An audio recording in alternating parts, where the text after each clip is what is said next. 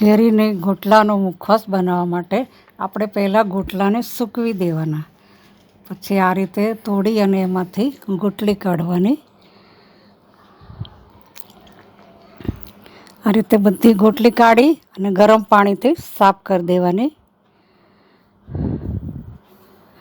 પછી એને કુકરની અંદર પાણી રેડી મીઠું નાખી અને સીટી વગાડવાની। ગોટલી સ્વાસ્થ્ય માટે બહુ જ હિતકારી છે, તેના ગુણધર્મ ડિસ્ક્રિપ્શન બોક્સમાં લખેલા છે। આ રીતે અંદર મીઠું હલાવી દેવાનું અને પછી 3 થી 4 સીટી કરી દેવાની।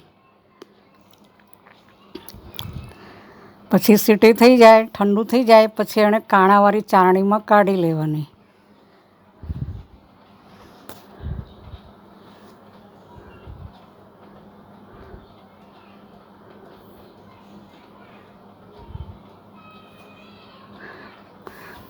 પછી એ પાણી નીતરી જાય પછી એના નાના નાના કટકા કરીને સૂકવી દેવાના। ગોટલીનો મુખવાસ તૈયાર છે।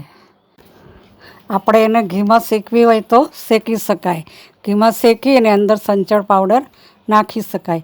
અને જ્યારે આપણે પાણી નિતારવા ચાળણીમાં નાખીએ ત્યારે ચાખવાની આપણને મીઠું ઓછું લાગે તો એ વખતે આપણે મીઠું ઉપર ભભરાઈ દેવાનું અને પછી કોરી પડે એટલે આપણે નાના કટકા કરીને સૂકવી દેવાના।